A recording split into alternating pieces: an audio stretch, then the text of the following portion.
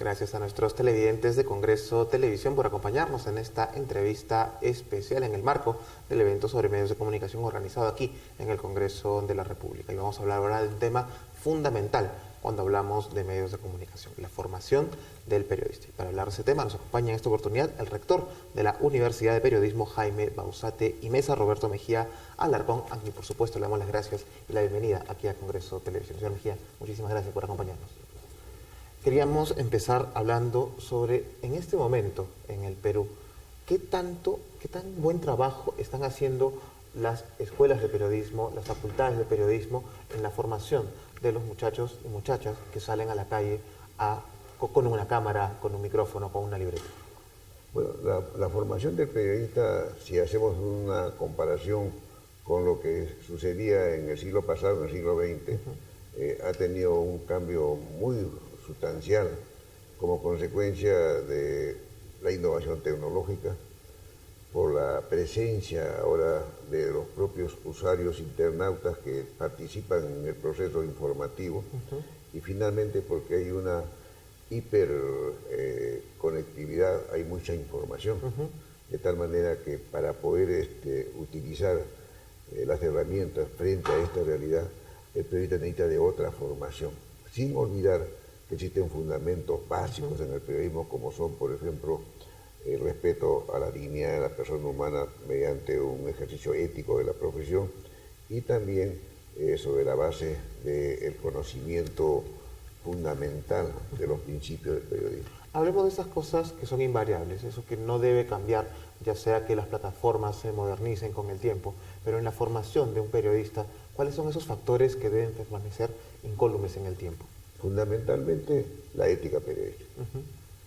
Y en forma paralela y como otro eje, la capacidad de aproximarse lo más objetivamente posible a la verdad. Entonces, ese es quizás uno de los factores que en los últimos tiempos vemos que está dando demasiadas treguas, que quizás los periodistas no están haciendo un trabajo más concienzudo en ese punto. Se están dejando demasiadas cosas a la ambigüedad y la información no suele ser la más clara. Existe un fenómeno que está dado por la presencia del ciudadano que participa a través de las redes sociales como comunicador de información. Pero eso no lo hace periodista a ese ciudadano. Es un usuario de las nuevas tecnologías a través de Internet para poder dar información, que puede ser verdadera o puede ser falsa. El periodista tiene el deber de sintonizar con esa información que recibe, contrastarla, verificarla y finalmente darle un contenido que realmente sea conveniente de acuerdo con los valores y principios de lo que sigue hacer el periodismo. Es decir, el periodista se convierte en un garante de la calidad de contenido de la información. Ahí ha dado usted, creo, en el clavo, porque no se está garantizando que ese contenido sea el óptimo, sobre todo cuando los medios de comunicación, quizás por falta de recursos o de algunos temas logísticos, recurre a lo que ellos denominan periodismo ciudadano, colocando contenidos que ponen los ciudadanos en efecto en redes, pero sin contrastarlos, sin ver el trasfondo de lo que está allí, generando quizás que empecemos a desconfiar también de los medios tradicionales de comunicación. Hay una cosa muy curiosa, estamos hablando hoy en día de lo que se llama la sociedad de la información, y sin embargo esta propia sociedad pone al descubierto la falta de identidad del periodista con la profesión. Habla de la crisis del periodismo, consiguientemente de la falta de identidad del periodista. ¿Usted cree que existe crisis? Sí, existe una crisis, evidentemente, porque paralelamente con los cambios que se están dando, también se han dado otros cambios, por ejemplo, la competencia en el manejo de los medios de comunicación. Y entonces hay medios de comunicación que son fieles a los postulados de un buen periodismo, y hay otros medios de comunicación que hacen uso de la palabra periodística para hacer otro tipo de actividad. Ahí estamos observando, por ejemplo, que existen medios que distorsionan la verdad, le dan pase a lo que hoy día se llama el periodismo de conjetura, que sobre la base de un rumor, sobre la base de alguna información dicha por alguien que es simplemente aquel que ejerce su libertad de expresión, pero que no la ha verificado, no la ha contrastado, la emite. Entonces comienza a dar una serie de hipótesis. Hace poco, en estos días, ha habido un escándalo, por ejemplo, mediático, entre un conocido futbolista y su expareja. Pero ya están dando opiniones, sentenciando lo que sucede en esa pareja sin haber verificado realmente la realidad de las cosas. Y otro fenómeno que se está dando, que se están ilícitamente creando correos electrónicos que no corresponden a la persona misma, y a través de esos falsos correos electrónicos van lanzando informaciones que no tienen ningún tipo de fundamento. Se ha distorsionado el ejercicio de la profesión. Justamente Vargas Llosa, en La civilización del espectáculo, comentaba que la banalización de la cultura está también llegando al periodismo, y creo que lo podemos ver cada vez que los espacios dedicados antes enteramente a informar han empezado a llenarse también de estos contenidos que suelen ser más de lo que antes se denominaba prensa rosa, la prensa de espectáculos. Incluso a veces ese límite parece no percibirse. Usted mismo lo acaba de contar. Lo que podría ser una nota de espectáculos, como, no sé, la vida personal de un futbolista, también involucra a la prensa deportiva. Le pasa también a la prensa política, que a veces no se distingue de la prensa de espectáculos. ¿Por qué tenemos este fenómeno? Está usted hablando de lo que hoy día se llama, y lo decimos sin mayores eufemismos, el periodismo basura. Porque efectivamente es eso. No se condice con los valores, con los principios del periodismo, que tiene una función social. El periodismo es una función social. El periodista es un servidor social, pero aparecen gente inexperta, sin escrúpulos, que quieren hacer, que hacen negocio con la prensa, crean nuevas formas, otros formatos en radio, en televisión, en internet, pero solamente con un afán de lucro, olvidando que existe una premisa fundamental: servir a la sociedad, diciéndole información verdadera. Y ahí también hay otro actor que me preocupa mucho, y es precisamente el público, el ciudadano, que le da preferencia a ese tipo de contenidos frente a otros que podrían ser mucho más relevantes. Lo vemos cuando se muestran las cifras en las páginas web informativas, sobre todo, de cuáles son las notas más vistas del día, y generalmente, y lo sabemos, suelen ser las más vistas precisamente las que hablan de esta prensa rosa, prensa basura. Bueno, hay un fenómeno que se registró en la historia del periodismo a partir de los años 90, cuando aparecieron una serie de impresos bajo la figura del periódico, pero que no tenían realmente ningún respeto por lo que significa hacer periodismo. Ese tipo de medios, lo que movía era el morbo de la gente.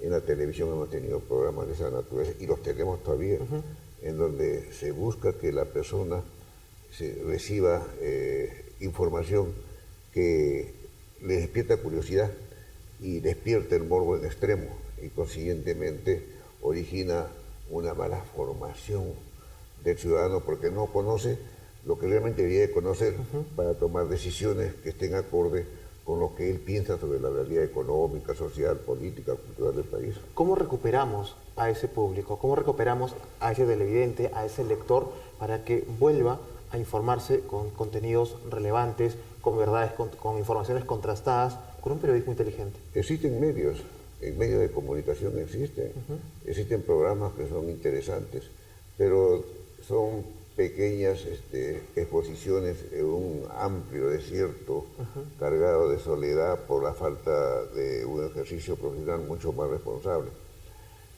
¿Cómo podemos resolverlo? Yo creo que se está avanzando, aunque no con la celeridad que sería conveniente, pero evidentemente hay ya expresiones mucho más maduras, más serias. Voltear la página y encontrar espacio para escribir otra historia es todo un proceso.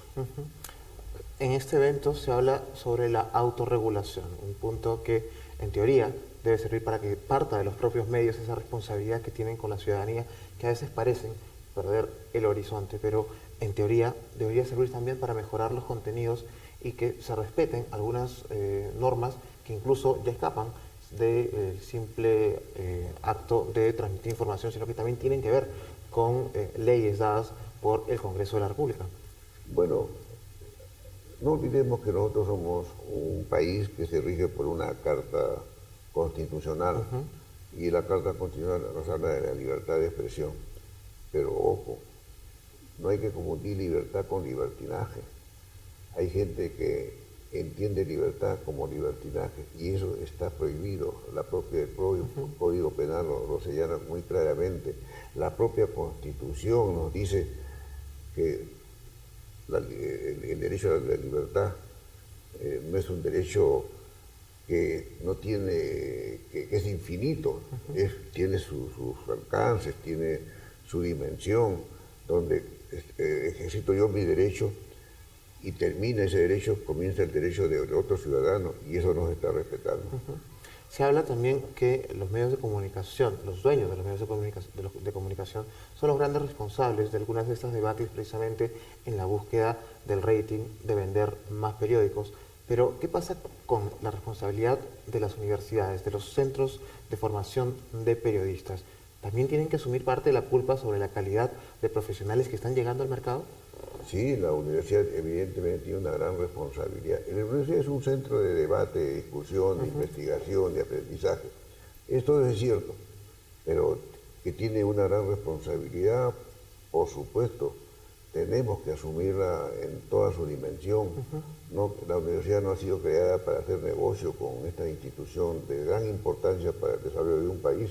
La universidad ha sido hecha para dar conocimiento, para formar, para promover de la mejor manera el talento, la inteligencia que ya es innata en el ser humano. ¿Qué medida correctiva debería aplicarse que quizás pudiese darnos algunos resultados en un mediano plazo? Se habla, por ejemplo, de reducir el número de facultades de comunicación, que existe una sobreoferta de profesionales del periodismo. ¿Usted cree que ese es parte del problema? Yo no participo de ese tipo de iniciativas porque significaría poner cortapisas al libre derecho de que tiene toda persona de actuar libremente dentro del marco dentro del marco que nos brinda la Carta Magna. Creo más bien que lo que tenemos que promover es la mejor calidad de la enseñanza y que esa calidad de enseñanza tiene que desarrollarse en la medida en que las propias universidades y consiguientemente los docentes que forman parte de la comunidad universitaria entiendan de que ir a enseñar a una universidad no es simplemente una tarea que signifique obtener alguna rentabilidad, sino fundamentalmente predicar con el ejemplo. ¿Cuál debería ser el perfil del periodista peruano del siglo XXI? Sobre tres bases. Primero, que sea una persona que tiene conocimiento de lo que es la nueva tecnología. Segundo, que sepa muy bien cuál es su compromiso social con la sociedad. Y tercero, que ejerza la profesión con criterios éticos fundamentalmente. Finalmente, ya para ir terminando, ¿cuál debe ser la relación entre la prensa y el poder político? Creo que a lo largo de la historia hay muchos ejemplos de enfrentamientos, digámoslos entre comillas así, entre el poder político y el poder de la prensa. Porque el poder político tiene una función muy clara, muy definida, significa entender el problema social, económico, político de un país y gobernar para darle solución a esos problemas. Y la prensa tiene, que no es una instancia judicial, pero que sí es, de alguna manera, que significa fiscalizar lo que fiscalizar la forma como se utiliza el bien común, tiene una tarea de denunciar, de investigar, pero con hechos comprobados aquello que es irregular, para mejorar justamente la gobernanza. Debe respirarle sobre la nuca la prensa al poder político. La historia y la experiencia lo dice que sí. Correcto. Señor Mejía, ha sido un placer tenerlo aquí en Congreso Televisión. Muchísimas gracias por estas reflexiones sobre periodismo en un evento tan importante como el que se ha organizado ahora. A usted muy amable, muchas gracias. Estábamos conversando con el rector de la Universidad de Periodismo, Jaime Bauzate Meza, Roberto Mejía Alar. Con nosotros nos despedimos. Yo soy Jorge Álvarez. Hasta una próxima oportunidad.